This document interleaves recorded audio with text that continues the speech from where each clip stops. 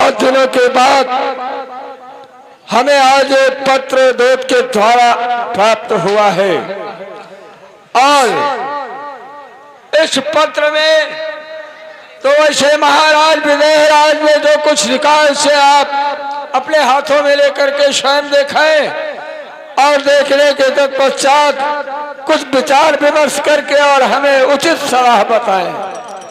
ए सुनी बोले गुर अति सुख पाई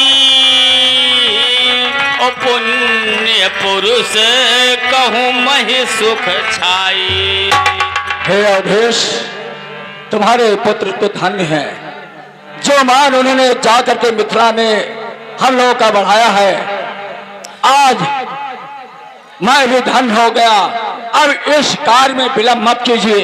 जिम सरिता सागर महु जाही और जद पिता ही कामना नाही।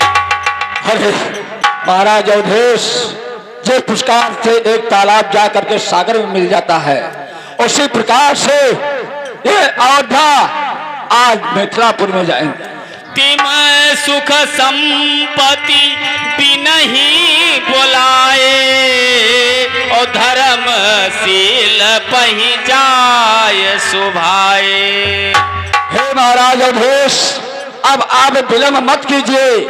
ये सारा समाचार अयोध्यापुरी में आप ढिढोरा बिठवा दीजिए कि हर आदमी बारात की तैयारी करके मिथिलापुर को चलने के लिए तैयार हो जाए। तुम गुरबी प्रधेन सुरल सेवी और तसे पुनीत कौशल्या देवी।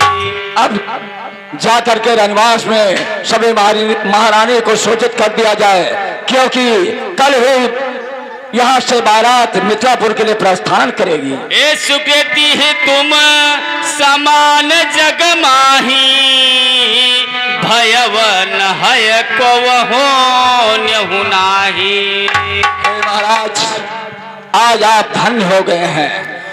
तुम्हारे अधिक पुण्य बड़का के और राजन राम सरित सुत जाके। हे अवधेश, आप धन्य हो गए हैं। आप के राम जैसे पुत्र हैं। मैं भी कृतार्थ हो गया हूँ। अब आप इसी बात की विलंब मत कीजिए और तत्काल अयोध्या से बारात की तैयारी करवाइए और यहाँ से प्रस्थान। ठीक है गुरुदेव। विनीत धर्म व्रत धारी हो कहो। द्वारपाल दरबार में प्रवेश है, इसके लिए क्या आज्ञा है?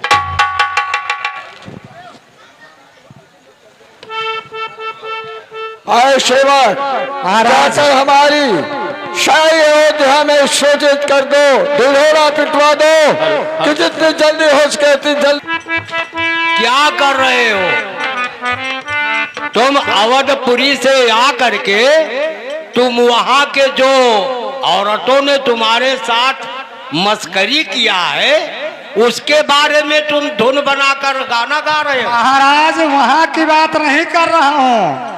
जिस समय सूचना लेकर आपके इस गली में जनकपुर में आया हूँ, उस समय औरतें अपने गली में खड़ी होकर और मशविरा कर रही हैं और तुमसे मैं आएगी। आज 29 तारीख हो गया ना महाराज। अच्छा, और कल 30 तारीख में बारात आएगी। बहुत अच्छी बात है। हाँ महाराज विदेहराज जी से मेरा निवेदन है कि आप यहाँ बारात की तैयारी के लिए जो आपके मंत्री वगैरह हैं, आपके सेवक गण हैं, सबको आप सूचना कर दे, सशक्त हो जाए, क्योंकि अयोध्यापति महाराजा चक्रवर्ती दशरथ अपने वन बांधवों के साथ में हो करके और जनकपुरी में कल ही पधारेंगे। मुनराज, क्या अवधपुरी से वो दूत लौट करके आया और महाराज को सूचना दे दिया? हाँ, अभी बोल रहा। किंतु मेरे पास जाकर के सूचना हमें नहीं बताया? क्योंकि उसे न जाने क्या हो गया है, अयोध्यापुरी का दर्शन पा करके बस उसी में मुग्ध हो गया है, इसलिए आपसे नहीं कहा होगा। हम अयोध्यापुरी की तरफ हैं, इसलिए हमसे आकर के कहा। अच्छा अच्छा, वो तो ठीक है, आपसे कहा तो उचित किया, क्योंकि हमें आपके कथनानुसार कार्य करना है। हाँ। किंतु इतना पागल हो गया अवधपुरी की खूबियां देख करके, जो महाराज से ही मुलाकात नहीं किया। नहीं अन्नदाता, हमसे जो भूल हुई है ये सारी गुस्ताखियों को माफ कर दीजिए।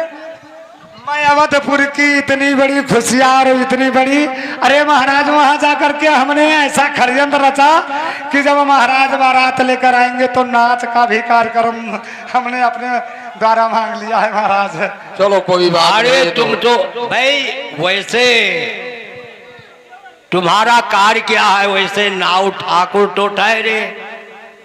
खैर कोई बात नहीं है, हम तुम्हारे बात से सहमत है। तो क्या बाराती महाराज दशरथ यानी मेरा पत्र उन्होंने स्वीकार कर लिया? हाँ महाराज, आपका पत्र स्वीकार किया और कुल के रीत उन्होंने अपने सारे समाज को सूचित करके, सारे नगरवासियों को सूचित कर, और वो बारात की तैयारी बनाकर शीघ्र आने वाले हैं। अच्छा तो ये कार्य करो,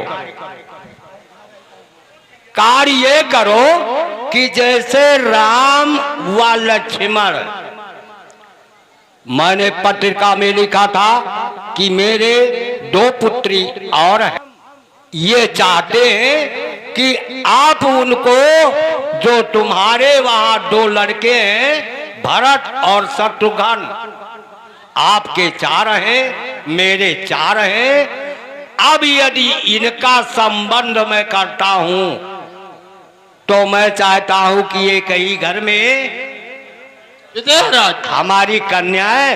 विजयराज जी आप चिंता ना करें, उस सतानंद जी से मुझसे बात हो चुकी है। जी महाराज। हाँ, सतानंद ठीक है। महाराज ने बताया है कि जो 4 कन्याएं और आपके गृह में, जैसे सीता, मांडवी, श्रुतकीर्ति जी, उर्मिला, ये 4 कन्याओं की जो आप पाणी ग्रहण की बात कर रहे हैं, सो बात हो चुकी है सतानंद जी महाराज से। और